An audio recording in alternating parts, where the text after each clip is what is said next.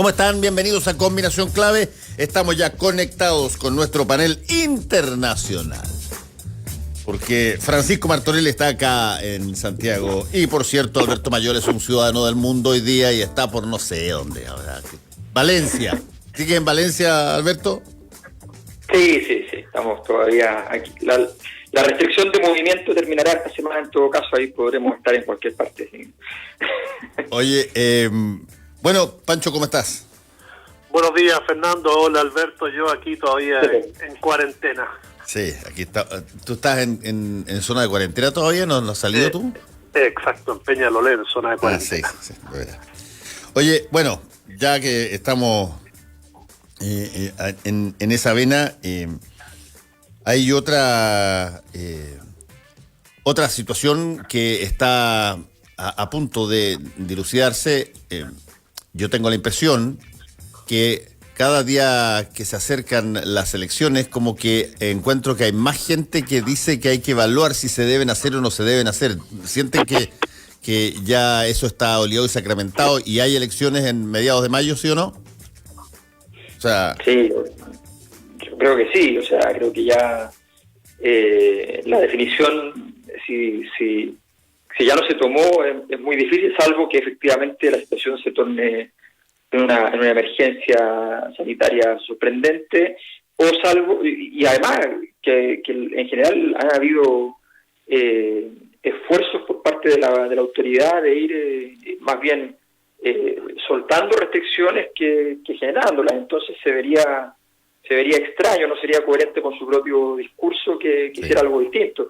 Yo creo que ya efectivamente hay una convicción en el establishment de que ya fue un error prorrogar el proceso. En este momento el establishment está pensando fundamentalmente que su tabla de salvación, más bien, incluso con un mal resultado, está en que siga el proceso constituyente y que se calmen los ánimos y se procese un poco la energía disruptiva de la sociedad.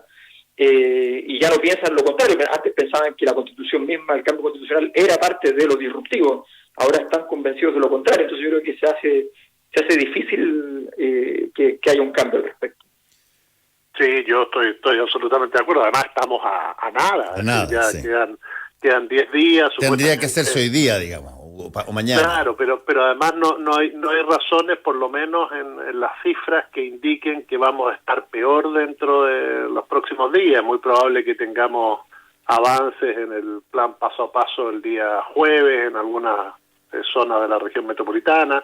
Los casos de alguna manera vienen a la baja con una gran cantidad de exámenes PCR realizados.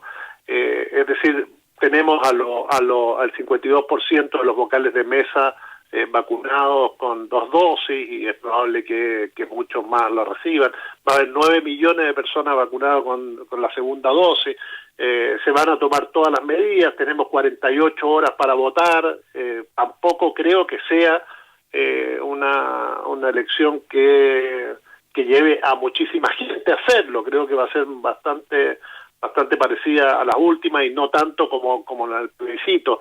Creo que no hay razón. Además, como dice Alberto, efectivamente lo que necesita todo lo que hoy está en lo que llamamos el diálogo, los mínimos comunes, la manera en que Piñera pueda llegar relativamente en aguas tranquilas a las elecciones de noviembre y entregar el poder en marzo, es precisamente que se produzca esta elección, se baje el voltaje y se avance luego ya por aguas mansas hasta las próximas elecciones presidenciales. Bueno, la pregunta que entonces cabe, ¿cuál es el estado de ánimo, ya que para usar de alguna manera la frase que dijo Alberto, la situación ambiental, animosa, que tiene una elección de este tipo, que es múltiple, que probablemente no habíamos tenido nunca, y que menos, creo yo, se había tenido con tanta, de alguna manera, expectativa en que particularmente la constituyente podía servir más que como una elección, como una suerte de reencuentro de camino, digamos, de en ese sentido de reencuentro de identidad nacional? Es una pregunta difícil hablar de estado de ánimo, Fernando, cuando uno está de alguna manera relativamente encerrado, tienes a un país en cuarentenado, después de ver los resultados además de esta encuesta o estudio nacional de salud que supimos ayer de la Universidad Católica, donde cerca del 50% de los chilenos tiene alguna afección mental o está pasándolo mal o con depresiones que de alguna manera lo ha tenido en algún momento de su vida.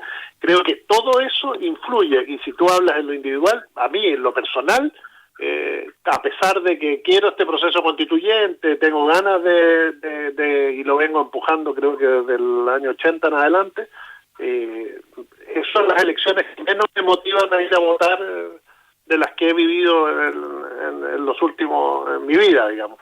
Y no sé por qué, quizás es por estos espacios que se han dado, esta campaña media extraña que se suspendió a mitad. Yo creo que todo eso de alguna manera uno lo tiene que ir aquilatando para ver de qué manera se va a dar, pero efectivamente creo que se requieren, son necesarias, debemos ir a hacerlo, empezar con la mayor fuerza posible este proceso constituyente y también analizar cuáles van a ser los resultados. Lo hemos conversado varias veces acá, es decir, todos los días surgen, o todas las semanas surgen nuevos candidatos, surgen nuevas variables, surgen nuevos momentos para el país, y lo que estamos viendo la última semana con esta irrupción de Yarna Proboste es una señal, y lo que nos van a dejar estas elecciones puede ser una señal también muy importante de lo que va a ocurrir después. Por lo tanto, estamos frente a un hecho político fundamental que nos va a cambiar la vida para los próximos quizás 20, 30, 40 años, pero que también en lo inmediato va a afectar mucho la discusión política en el país. Alberto. Sí, yo lo diría como Mastercard, ¿no? Que hay cosas que el dinero no pudo comprar y quedó demostrado. Y hay dos cosas que no pudo comprar el dinero. Y es la legitimidad y la magia. La legitimidad en realidad se parece harto a la magia, pero no son lo mismo. Y este proceso constituyente, si uno se sienta en una silla, le explica a un conjunto de extranjeros el proceso constituyente chileno, los récords que bate, la naturaleza de su proceso, todos quedarían impactados por la profundidad del proceso, ¿ya? Estamos hablando de un proceso constituyente que resuelve una gran crisis social, estamos hablando de un proceso constituyente que abre la puerta a una participación paritaria, la primera asamblea constituyente de la historia paritaria sexualmente, con representación de los pueblos originarios, en fin, tiene todos los tickets para tener la magia, y no la tiene, y esa es la verdad, ese es el gran problema para todos, o sea, no solamente para el sistema político, en este caso para todos, porque efectivamente todos quisiéramos que este proceso hubiese estado sumido en una gran magia fundacional que le diera la sensación a uno de que lo que salga de acá va a quedar escrito en piedra por mucho tiempo y para claridad y para orientación de todos nosotros. Ese es el gran problema. Yo creo que de hecho la gran magia se produjo en el plebiscito anterior, que el plebiscito tiene esta ventaja de las cosas simples, dos alternativas y en este caso una goleada 4-1 en el fondo, que hace que todo quede muy claro. Esto va a ser mucho más confuso, mucho más complejo, va a plantear una serie de querellas posteriores. El proceso la discusión no va a ser particularmente, probablemente muchos días no va a ser particularmente provechosa, es evidente que el escenario está enrarecido. Entonces yo creo que nos encuentra un poco cansados, desgastados, y sin embargo sin la respuesta suficiente para el proceso. Es una pena, pero es lo que está pasando. Yo creo que eso ya más o menos se definió. Yo creo de hecho que la participación electoral para la elección no va a ser particularmente sobresaliente, y más allá de la cuarentena y la pandemia, siempre hay excusas, siempre hay alguna razón, pero en rigor, independiente de eso, va a haber un clima más bien caído, más bien bajo, y eso va a ser uno de los grandes problemas a resolver durante el proceso, si es que se logra resolver. Bueno, y ¿A qué sector le es más conveniente por ejemplo, que haya una suerte de así de vela que está apagándose, digamos, según como tú lo estás describiendo? ¿A qué sector le conviene más el que, por ejemplo, no haya tanto entusiasmo en ir a votar, digamos? Bueno, siempre hemos dicho que el sector más favorecido con la abstención es el oficialismo en este caso.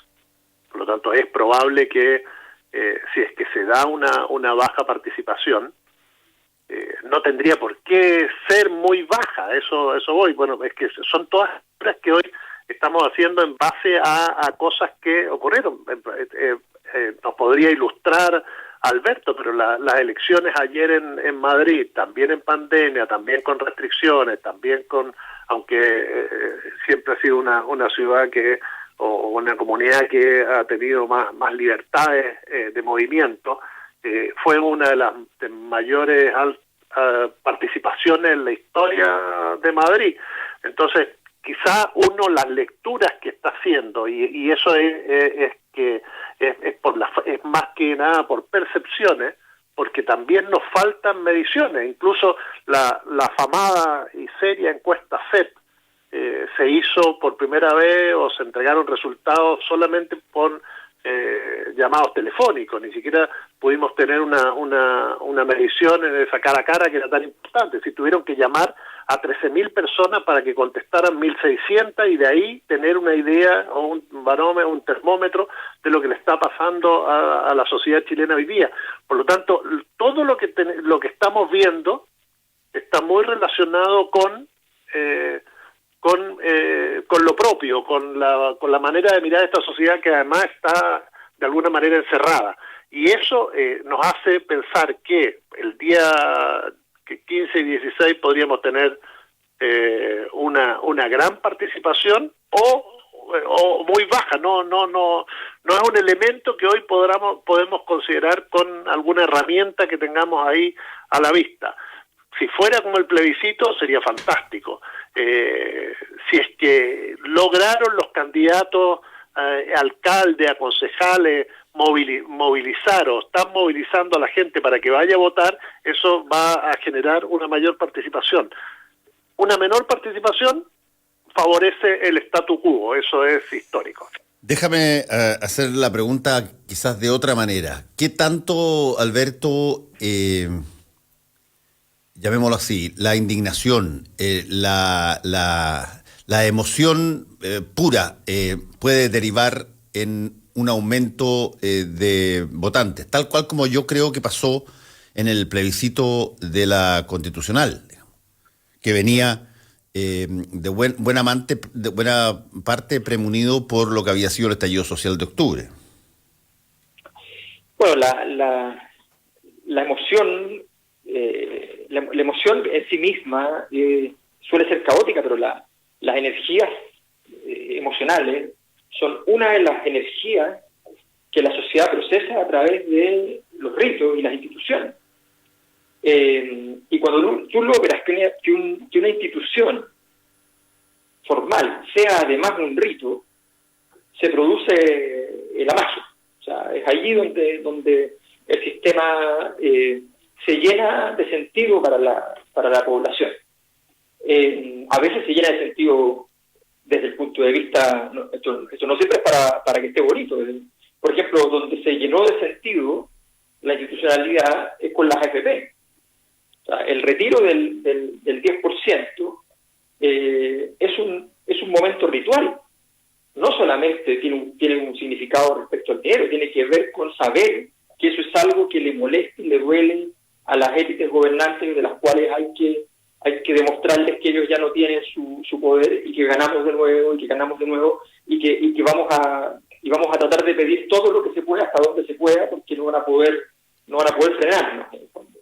Eso es tan evidente que las mismas AFP, por ejemplo, me pasó al llenar mi retiro que decía la AFP, te daba noticias gratificantes. Te decía, por ejemplo, fíjese que en este retiro usted no va a tener que pagar impuestos, no es como el otro, que era un pésimo retiro en el fondo.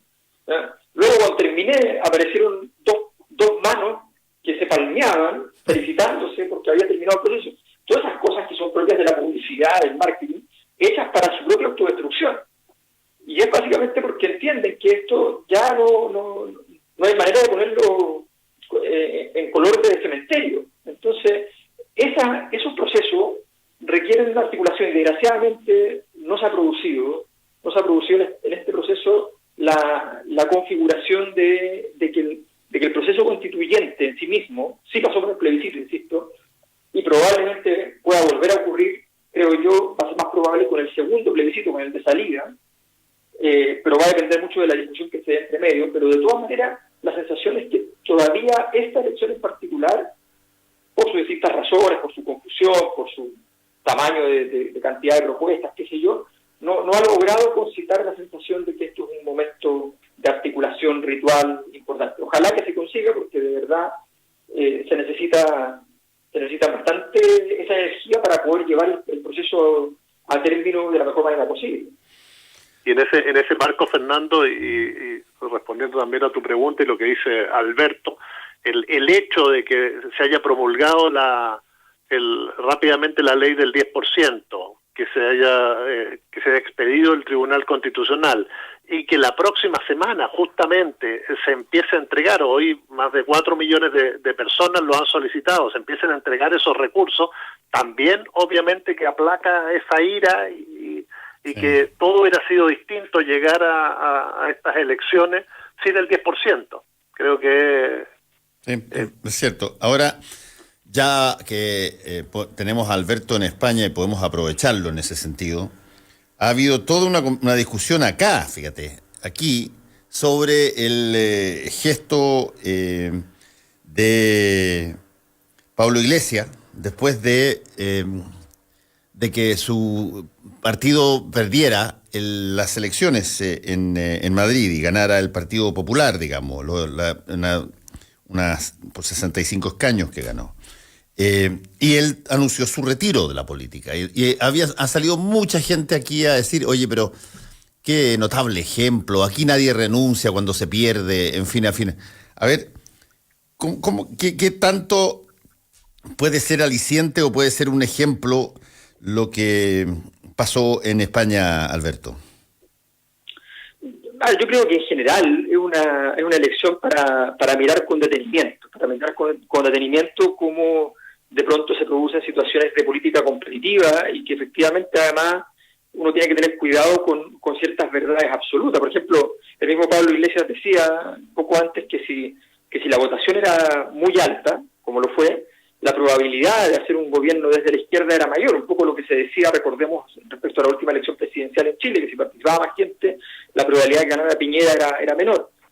No fue lo que ocurrió es que participó mucha gente y ganó por más Isabel Díaz Ayuso, que es de esos extraños seres de la política que ha logrado una serie de milagros sin tener una trayectoria demasiado central, pero que fue a quitar banderas de manera inteligente. Se metió mucho con los temas de educación dentro de Madrid, mejoró mucho la calidad, empujó mucho la calidad de los colegios públicos, y se metió también con el tema de los bares, que fue una gran discusión, ella apoyó la apertura de los bares en contra de una izquierda que estaba más bien por el cierre de los bares, y en Madrid y el bar son palabras que son prácticamente sinónimos. Entonces, esas disputas de identidad fueron interesantes de entender. Ahora, Pablo Iglesias partió esta historia haciendo una jugada muy osada, que es muy su estilo, el estilo que lo hizo crecer.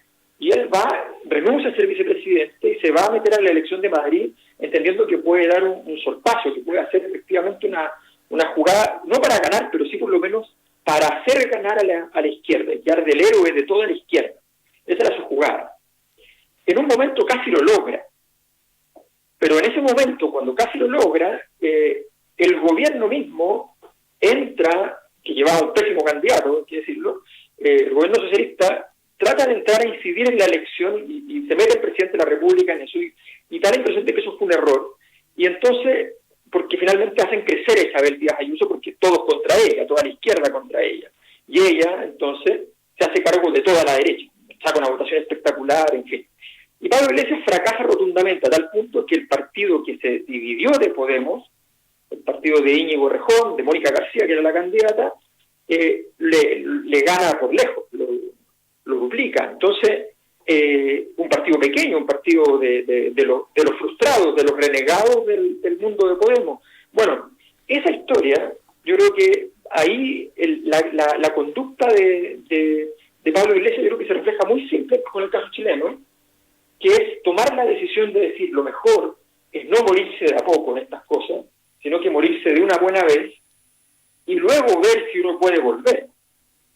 Un buen ejemplo de hacer lo contrario es lo que le pasó a Marco Enrique Huminami, que por ir tratando de sostener el buque se fue muriendo de a poco, sacó la mitad y después la mitad de la mitad, y en cambio aquí Pablo Iglesias va y dice yo salgo, entendiendo que probablemente venga un gobierno de derecha, entendiendo que probablemente haya que esperar un mejor momento para entrar, si es que, y se retira de todo, se retira de o sea, es un tipo que renuncia a la vicepresidencia en su momento, y hoy día renuncia a todo, a la diputación, a todo.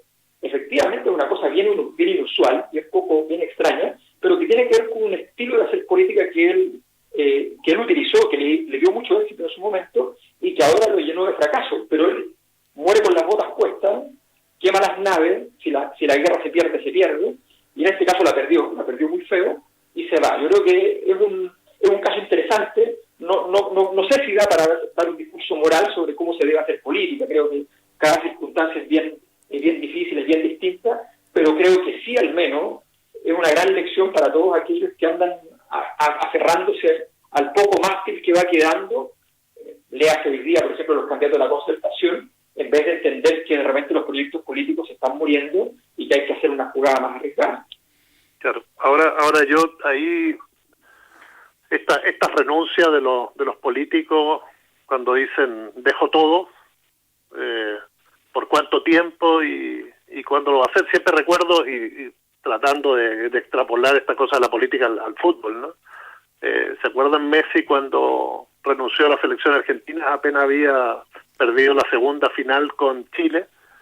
En el fondo también hay el asumir personalmente una derrota que es colectiva siempre en política y que tiene dos objetivos. Uno, lo que dice Alberto, que tenga esto de morirse de una vez, o la otra también es arrastrar todas las marcas, todos los comentarios, todas las opiniones y salir hacia arriba en un momento que te están tirando hacia abajo, para luego volver con más fuerza, bueno, porque te lo pidieron, porque la gente, porque la necesidad. Entonces, ahí también cuánto hay de estrategia y cuánto hay de estrategia política en pocas horas, porque no creo que haya tenido tan claro las semanas anteriores lo que iba a ocurrir, porque hace muy poco renunció a la vicepresidencia para asumir esta responsabilidad. Entonces creo que todavía tenemos que ver muchas cosas ahí en ese marco. Y lo otro, que hay algunos fenómenos y que me gustaría que Alberto, si pudiera concretizarlo más, el tema si hay algo extrapolable, por ejemplo, a lo que nosotros vamos a vivir, porque también hay un elemento que es una cierta derecha, que es ciudadano o centro derecha, más moderna, más joven, que muere prácticamente en estas elecciones en Madrid, y surge una ultraderecha potente. ¿Cuánto de eso puede tener relación con lo que estamos viviendo? Esta cosa, las iras, la polarización de las sociedades, y si eso podríamos tener algún elemento acá, donde partidos como Evópoli, con Briones, la candidatura de Sichel, etcétera, empiezan a perder fuerza frente a otros grupos que se atrincheran más en la defensa de sus intereses, y que tiene que ver con Vox y lo que acá vendría a ser su correlato de ciertos sectores de la UDI más de derecha, o el mismo José Antonio Kast. Alberto. Sí, parece que algo pasó con la conexión con Alberto. Sí, Alberto, yo quería agregar a lo que planteó Pancho. A ti te pasó, tú fuiste candidato presidencial, y a veces hay que ir, cuando tú tienes un partido nuevo, a veces hay que ir a perder, porque de alguna manera el proceso de aprendizaje político es una cosa que no es súbita. pasa a veces muy rápidamente y todo, pero la mayoría de las veces tú tienes que tener un proceso de aprendizaje, de crecimiento orgánico, que en política a veces es bastante lento. Hoy día tienes una serie de candidatos, por ejemplo, del Frente Amplio. Lo de Podemos puede de alguna manera reflejarse en la situación de, llamémoslo así, el Frente Amplio, aparte de lo que planteó Pancho, en el sentido de que tú hoy día lanzaste una serie de personas que están posicionándose para intentar pasar a una liga superior de representación. Sí, mira, yo creo es bastante extrapolable. O sea, lo que pasó en España, aunque sea un sistema parlamentarista, aunque hayan enormes diferencias, tiene un evidente correlato con Chile. O sea, inmediatamente después de las movilizaciones del 2011, que ocurren en España al mismo tiempo que en Chile, resulta que surge en España y en Chile dos sectores nuevos. En España rápidamente fundan partido, Podemos. En Chile se demoran muchos años más, 5 años, en organizar políticamente una respuesta propiamente tal. Pero efectivamente ya existían. Y se configura entonces una respuesta política a esta movilización. Pero es una movilización la que da origen. Y las movilizaciones son coyunturales, son circunstanciales, y por tanto tienen un principio de inestabilidad. Tú tienes que tratar de buscar rápidamente cómo estabilizar eso. Podemos lo hace magníficamente. Pablo Iglesias durante 2 años enteros estuvo dando vueltas en círculo a todo el sistema político español. No sabían qué hacer con él. Y va logrando horadar el sistema y cambiar la discusión profundamente. Y en ese sentido, y construye un partido que logra crecer por todas partes, que logra tener alcaldes por todas partes, que logra tener triunfo electoral, que logra hacer un gobierno liderando o no liderando en muchas partes del país. Es una fuerza que crece a una velocidad sorprendente. Y en cambio el Frente Amplio es mucho más tímido, es mucho más... tiene una pretensión de una evolución más lenta, que probablemente va a ser uno de sus grandes lastres en el tiempo, porque tú no puedes apostar a hacerlo lento creyendo que por hacerlo lento queda más firme. Esta cosa no funciona así, hay que apoyarse donde tengas. Entonces el Frente Amplio hoy día se enfrenta a un desafío enorme que es más complicado probablemente que el de Podemos. El de Podemos tiene que ver con que la línea ideológica se le fue moviendo en distintas direcciones. La circunstancia de la movilización te lleva a que primero fueron los temas relacionados con el mundo financiero, inmobiliario, los problemas del empleo, y después fue el tema del género, del feminismo, y te empiezas a mover en un ancho de banda que te disloca. Eso es muy complicado, pero eso no es lo que está pasando en Chile. Lo que pasa en Chile con el Frente Amplio es que su grado de maduración, la presencia de sus liderazgos no ha sido tan potente. El Podemos empieza a morir de la importancia que tuvo en la discusión, de la profundidad a la que llegó, y de enfrentar rivales que empiezan a saber qué hacer con ellos. El Frente Amplio se murió solo, no se ha muerto, pero se debilitó solo, y eso es bastante claro. Yo creo que, pero en todo caso es muy extrapolable, porque además, efectivamente, o sea, Evópoli, por ejemplo, es muy parecido a lo que pasa con Ciudadanos, y Ciudadanos también tiene un crecimiento muy fuerte, un poquito después de Podemos, como gran respuesta. Sale una derecha nueva y una izquierda nueva, y resulta que eso se está debilitando fuertemente. Entonces, ambas cosas, pero tampoco el Partido Socialista logra fortalecerse, y tampoco, ojo, el Partido Popular, la líder que gana en Madrid, es una líder secundaria del Partido Popular, no es del establishment del Partido Popular, viene más bien del grupo de Aznar, viene de ese lote, que es un lote menor hoy día dentro del Partido Popular. Sí. Y Pablo Casado queda en un problema porque es el líder del partido, pero es un líder que le va súper mal y no tiene mucha gracia, y todos están mirando a ella, a Isabel Díaz Ayuso, como la que tiene que ir, y eso en España es complejo, cambiar esos órdenes es bien complejo, por lo tanto todos tienen un problema por ese crecimiento. Oye, bueno, vamos a tener que dejar pendiente la pregunta de Pancho, que te la robé, así es que te cuídense mucho y nos encontramos la próxima semana. A ver si hay más novedades desde España, Alberto. Gracias, Fernando. Chao, Pancho. Nos vemos. Un abrazo, Fernando. Suerte, Alberto. Nos vemos. Chau, chau. Fernando Paulsen y nuestros panelistas e invitados son una combinación clave. 92.9. La clave me escucha.